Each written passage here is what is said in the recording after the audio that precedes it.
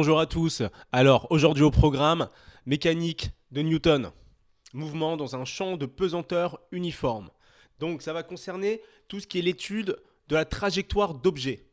Comme la vidéo en introduction, là pour le coup, c'est un homme canon, et ben c'est un objet qui décrit une trajectoire et ceci, on peut l'étudier, la mettre en équation et en faire plein d'applications. Quasiment tous les sujets de type bac sur la mécanique vont parler de ça. Des équations de trajectoire, des équations horaires. Et ben nous ensemble, on va tout comprendre, on va aller droit au but et faire en sorte que vous soyez totalement prêts pour l'évaluation, pour le DS ou tout simplement pour l'épreuve du bac. Alors sans plus attendre, commençons. Tout d'abord, de quoi a-t-on besoin?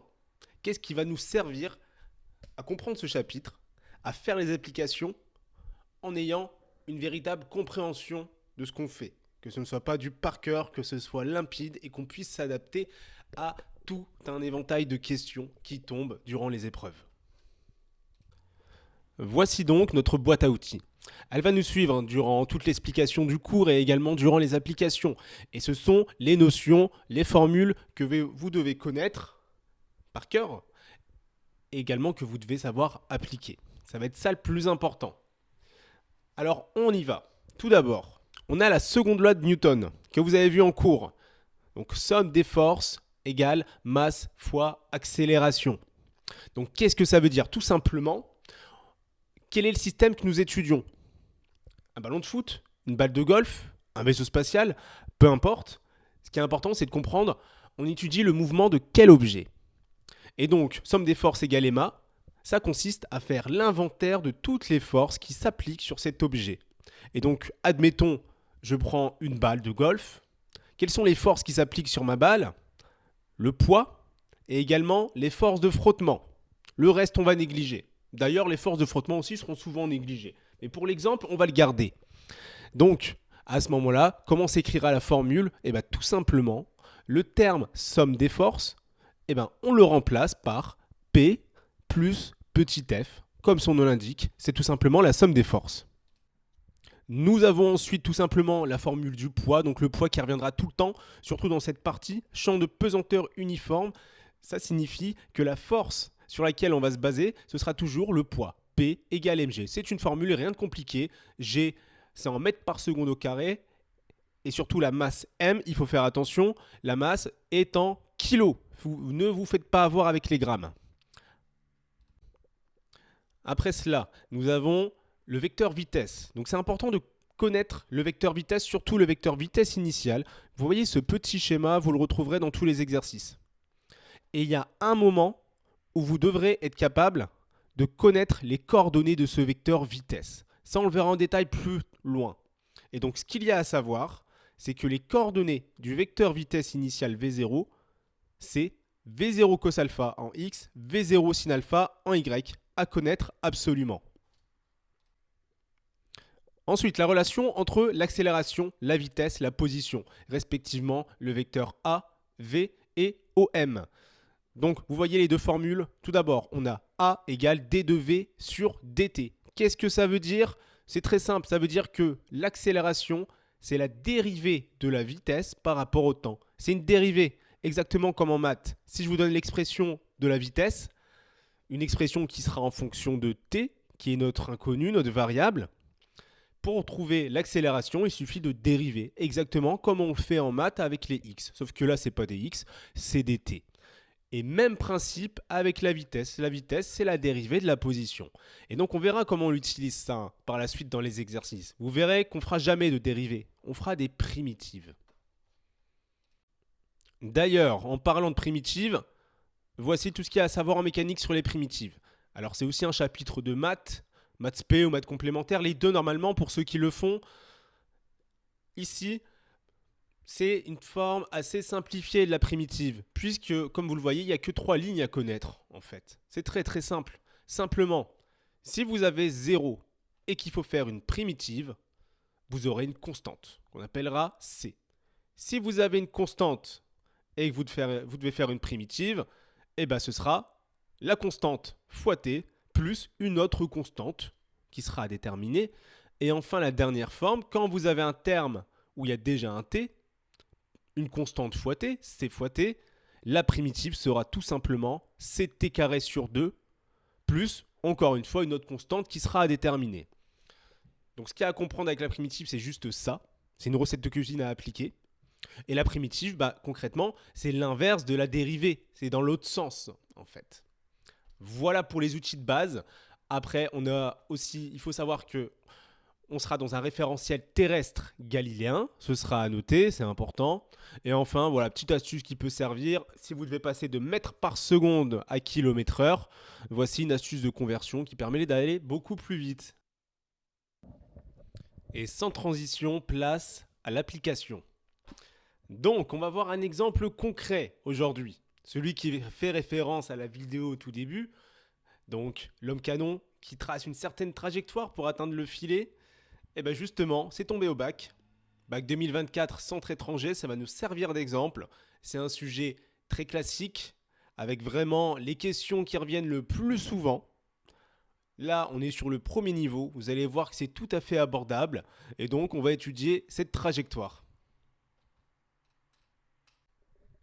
Alors, petite chose à noter sur le sujet. Nous ne ferons pas les questions 1, 2, 3. Ça, ce sera l'objet d'une autre vidéo. C'est un autre thème, celui de l'énergie, qui est très relié au chapitre sur la mécanique. Donc, on s'intéresse à la partie 2. Étude du mouvement de l'homme canon après le lancer à partir de la question 4. Donc, ne perdons pas de temps et commençons tout de suite à voir comment est-ce qu'on répond à la question 4. Maintenant, place au calcul. Comment ça marche? Alors, on cherche l'accélération. Quelle est la seule formule qu'on connaît où l'accélération intervient? C'est la seconde loi de Newton. Donc là, on ne réfléchit pas, on note. Seconde loi de Newton, somme des forces égale masse fois accélération. Maintenant, quelle est la somme des forces qui s'applique au système? Eh bien ici, il n'y a que le poids. Comme dans quasiment tous les exercices champ de pesanteur, ce sera que le poids, puisque les frottements, eux, sont systématiquement négligés, ce qui simplifie tout le problème. De toute façon, les frottements, ce sera en études supérieures, ce ne sera pas au lycée, donc vous en faites pas. Après ça, on remplace somme des forces par P. Ensuite, P, on le remplace par mg, parce qu'on sait que P égale mg. On a mg égale ma. Ça se simplifie, A égale g. Et enfin, on va pouvoir exprimer les coordonnées du vecteur accélération. Il faut savoir, un vecteur, c'est deux coordonnées. Pour A, c'est ax, ay. Donc, on a cette petite notation avec l'accolade. Sachant que A est égal au vecteur G, et que le vecteur G, on connaît ses coordonnées. Ça fait partie du cours, c'est 0 moins G. Du coup, tout simplement, AX égale 0, AY égale moins G. On perd pas de temps, on enchaîne. Question 5, en déduire les équations horaires de son mouvement pendant le vol. Et en déduire, on nous les donne ici, histoire de se faciliter. Bon, c'est aussi simple et ça reviendra tout le temps. De toute façon, il n'y aura pas d'exode mécanique sans vous demander les équations horaires. C'est souvent le but. D'accord? Et c'est ce qui vaut le plus de points. Comment ça marche? Là, c'est la notion de primitive qui va intervenir. Donc, on va tout simplement repartir de notre vecteur accélération avec les coordonnées là. AX égale 0, AY égale moins G. Et pour trouver la vitesse et avoir les coordonnées de la vitesse Vx, Vy, c'est très simple. Il suffit de juste faire la primitive des coordonnées de l'accélération. Donc, AX, c'est 0. Primitive de 0, c'est quoi? C'est une constante, on l'a vu. Ensuite, AY, c'est moins G. Moins G, c'est une valeur constante. Du coup, pour faire la primitive, il faut simplement multiplier par t et ajouter toujours une constante. Dès qu'on primitivera, il y aura toujours un plus constante. Ça, on l'a vu. Ce qui nous fait Vx égale constante 1, Vy égale moins g fois t plus constante 2. Maintenant, les constantes C1 et C2, il ne faut pas laisser comme ça, il faut les déterminer. C'est des constantes dont on ne connaît pas l'expression. Donc là, c'est aussi quelque chose qui est assez redondant, vous verrez à force de faire des sujets, c'est que les constantes vont toujours correspondre au vecteur initial. Donc ici, on parle du vecteur vitesse, donc les constantes C1 et C2 du vecteur vitesse, c'est juste les coordonnées du vecteur vitesse initial, donc le vecteur V0. Là, je vous renvoie au schéma. Bon, on ne voit pas très bien ici, mais vous avez ce schéma-là en plus grand dans les diapos précédentes. Donc V0, on voit la petite flèche là avec le vecteur alpha. Il y a toute une logique de trigonométrie pour trouver V0 cos alpha et V0 sin alpha. Moi, je vous conseille de simplement les apprendre parce que ce sera tout le temps ça. Donc vecteur V0, coordonnées à connaître, V0 cos alpha, V0 sin alpha. Et simplement, ça correspond à C1 et C2. Donc là, on note C1 V0 cos alpha, C2 V0 sin alpha. Et on a notre vecteur vitesse complet. Étape suivante, maintenant que nous avons la vitesse, nous allons pouvoir aller chercher les équations de la position qu'on appelle équation horaire. Donc avec le vecteur OM. Dans l'énoncé, c'est OG, mais peu importe, c'est la même chose. Donc pour trouver OM, c'est la même chose que pour passer de l'accélération à la vitesse. Et bien ici, on passera de la vitesse à la position en faisant une nouvelle primitive. Encore une fois, on prend Vx, on fait la primitive. V0 fois cos alpha, c'est une constante. Il n'y a pas de t dedans, donc c'est constant. Donc la primitive, ça va nous faire x égale V0 cos alpha fois t, plus une constante. Maintenant, primitive, il faut trouver y. Vy, c'est égal à moins gt plus V0 sin alpha. Donc là, en primitive, terme par terme, tranquillement, hein. On prend juste le terme moins g fois t en primitive. Primitive de moins g fois t, c'est quoi? C'est moins g t carré sur 2 et plus une constante. Ensuite, V0 sin alpha en primitive, c'est une constante V0 sin alpha, donc la primitive nous fera V0 sin alpha fois t. Ce qui nous permet d'obtenir pour y moins gt carré sur 2 plus V0 sin alpha t plus une constante C4. Peut-être que certains diront ici, pourquoi il n'y a qu'une seule constante? On a primitivé 2 fois.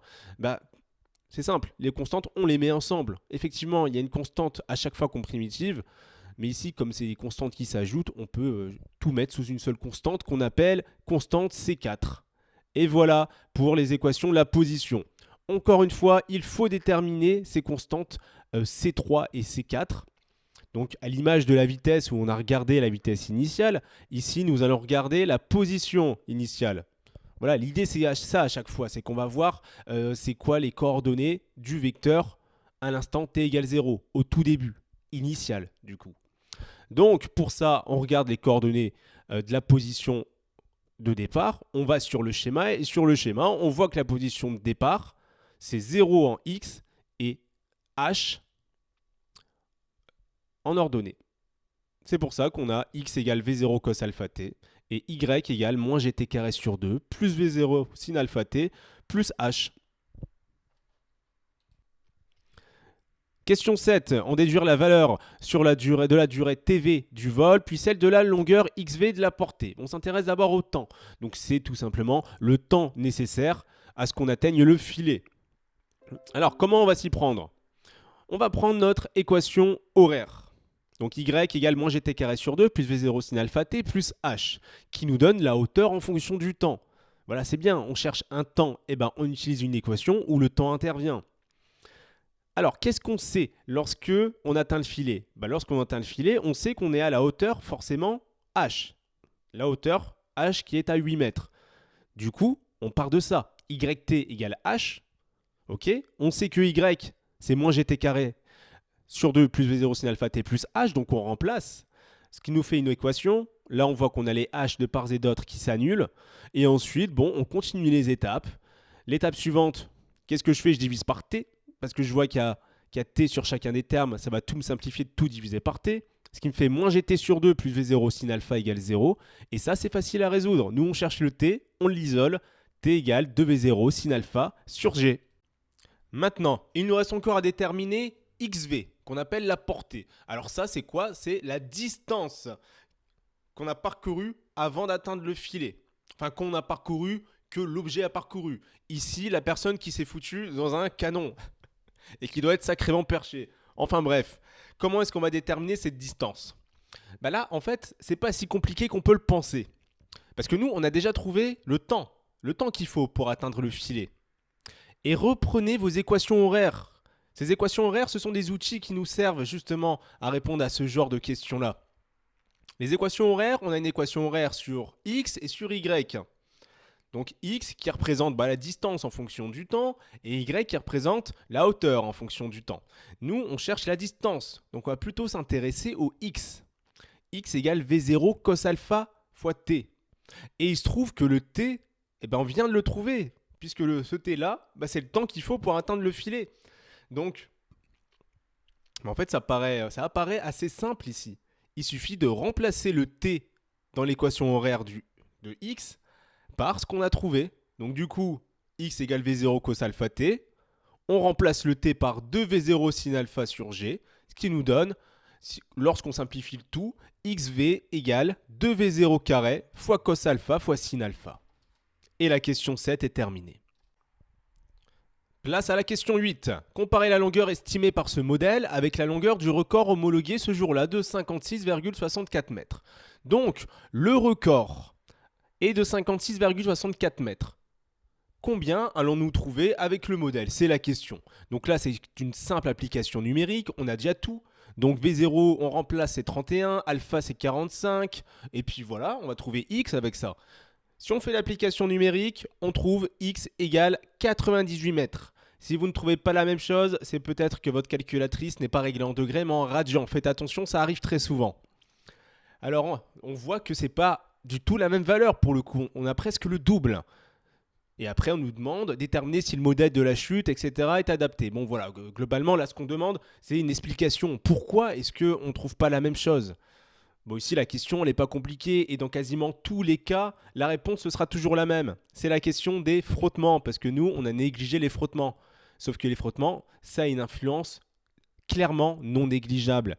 Donc, le fait que normalement, il y ait des frottements, ça va nous ralentir. Donc, dans la réalité, on est ralenti. Alors que dans le modèle, il n'y a pas ce ralentissement des frottements qui est pris en compte. Donc, c'est pour ça que là, on trouve une distance qui est beaucoup trop élevée par rapport à la réalité, parce qu'on ne prend pas en considération les frottements. Également, une autre possibilité, c'est aussi le point matériel. Alors ça, c'est un peu plus fin. Voilà, vous pourrez le mettre pour faire les intellos. La réponse attendue, c'est bien frottement, hein, mais on peut rajouter ça en plus. C'est que en terminale, dans ce chapitre d'études des mouvements, on considère que l'objet, c'est un point matériel. Alors qu'en réalité, un objet, bah non, ça a une forme, vous voyez. Et une forme, ça peut être en rotation. Voilà, il y a plein d'autres influences qui font que ça peut aussi avoir une influence sur le résultat. Voilà, donc on peut mettre ça en bonus si on veut. Mais sinon, frottement, c'est très bien et c'est ce qu'on attend. Et avec tout ça, le sujet est terminé. Néanmoins, je vais rajouter une application. Voilà, ce sujet est presque parfait. Il manquait juste un type de question. Et c'est un type de question qui revient extrêmement souvent également. Alors moins que ce qu'on a fait aujourd'hui, mais qui est tout de même incontournable à mon sens. Donc, on va traiter cette question-là. Donc, question qui sera la question 9. L'idée, c'est de trouver ce qu'on appelle l'équation de trajectoire. Donc, tout d'abord, qu'est-ce que c'est une équation de trajectoire? Avant ça, on a vu les équations horaires. Donc, de la distance et de la hauteur en fonction du temps. Eh bien, l'équation de trajectoire, c'est en soi la vraie trajectoire, celle qu'on voit lorsqu'on voit l'objet. Imaginez l'objet qui fait sa trajectoire dans le ciel. Imaginez qu'il laisse une traînée. Et ben, ça a formé une courbe. Et ben, cette courbe, c'est la trajectoire. Et là, on va chercher l'équation de cette trajectoire-là, qui se note y de x. Voilà, c'est y en fonction de x. Encore une fois, ça paraît compliqué, mais c'est bidon, vous allez le voir. Donc, il faut juste le savoir, quoi. Connaissez la méthode et ça va tout seul. Tout ça, cela part du vecteur position, donc des deux équations horaires, qui sont notées juste au-dessus. Donc, x égale v0 cos alpha t et y égale, etc. Donc, comment on fait?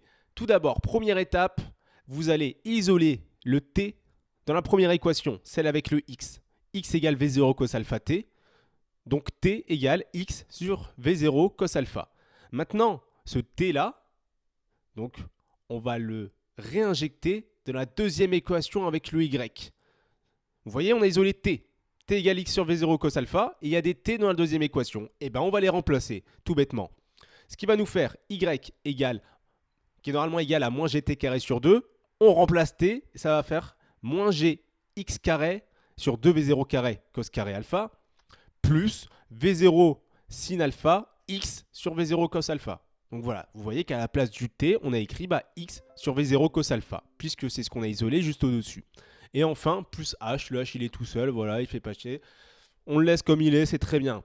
Si on simplifie le tout, on obtient y égale moins gx carré sur 2v0 carré fois cos carré alpha, plus tangente alpha x plus h. Là, j'ai simplifié. D'où vient ce tangente? Sin divisé par cosinus. C'est de la trigonométrie, c'est à savoir... Et bien ça fait tangente, voilà. Sin sur cos égale tangente. Donc c'est pour ça qu'on se retrouve avec tan alpha x ici. Et là, on a notre équation de trajectoire complète. Voilà, toutes les bases pour ce chapitre, champ de pesanteur uniforme. Donc, à savoir, ce chapitre, il fait peur à beaucoup de monde. C'est le némésis d'un nombre incalculable de lycéens en spé physique chimie. Ils sont là, en PLS total, un mois, quelques semaines avant le bac, parce qu'ils galèrent sur le chapitre de la mécanique, parce que ça n'a pas été bossé régulièrement. Et en fait, ce chapitre-là, il fait extrêmement peur. Pourquoi? Parce qu'il est très mathématique. Puis c'est vrai qu'à voir comme ça, on se dit, oula, oula, comment on va faire? Et comme il est très mathématique, souvent les gens vont bloquer parce qu'ils s'embrouillent avec les variables, ils savent pas isoler. Alors que isoler, c'est des notions qui sont censées être maîtrisées dès la seconde, parce que fin troisième, on attend des élèves qui sachent isoler dans une équation de premier degré. Mais tout ça, c'est des choses qui pêchent beaucoup. Et c'est pas votre faute parce que c'est l'enseignement qui a du mal. Et c'est ce qui rend ce chapitre très dur parce qu'il est très mathématique justement. Et si on compte en plus les gens qui n'ont pas forcément de maths et qui ont pris physique chimie, ça peut souvent être bloquant. Mais franchement, c'est pas grand chose, c'est des petites choses, ce côté mathématique. D'ailleurs, si vous avez des problèmes sur l'aspect maths, l'aspect calcul de ce chapitre-là, il y a des vidéos sur comment bien isoler. C'est des choses qui vont vite, franchement, qui nécessitent que de la régularité parce qu'il n'y a pas tant de difficultés que ça. Donc globalement, ce chapitre-là, considérez-le comme l'un des plus importants. Vous l'aurez certainement au bac. Donc là, tout ça, c'est des points. C'est plein de points. Maintenant, ce que j'ai fait, c'est pas 100% des points, évidemment. Mais normalement, vous avez toutes les méthodes pour y arriver. Après, il y a des questions spécifiques selon les sujets. Mais quasiment tous les sujets ont la même nomenclature. Ont vraiment le même schéma de questions. C'est ce qu'on a globalement fait ici. Généralement, l'exo basique, c'est trouver l'accélération, trouver les équations horaires, trouver l'équation trajectoire potentiellement. Et après, c'est des questions qui vont se baser sur les équations. Par exemple, voilà, déterminer quand est-ce que la balle touche le sol, quand est-ce qu'il y a but, quand est-ce que si, quand est-ce qu'on atteint telle hauteur. Vous voyez, mais tout ça, on s'adapte assez facilement une fois qu'on a bien compris. Donc maintenant, c'est à vous de jouer. Soyez sérieux, soyez régulier surtout.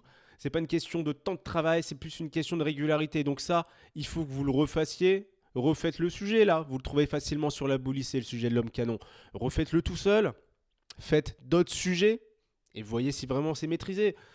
Mais ça va vite, honnêtement, ça va vite et c'est abordable pour n'importe qui. Allez, c'est à vous de jouer, bon courage.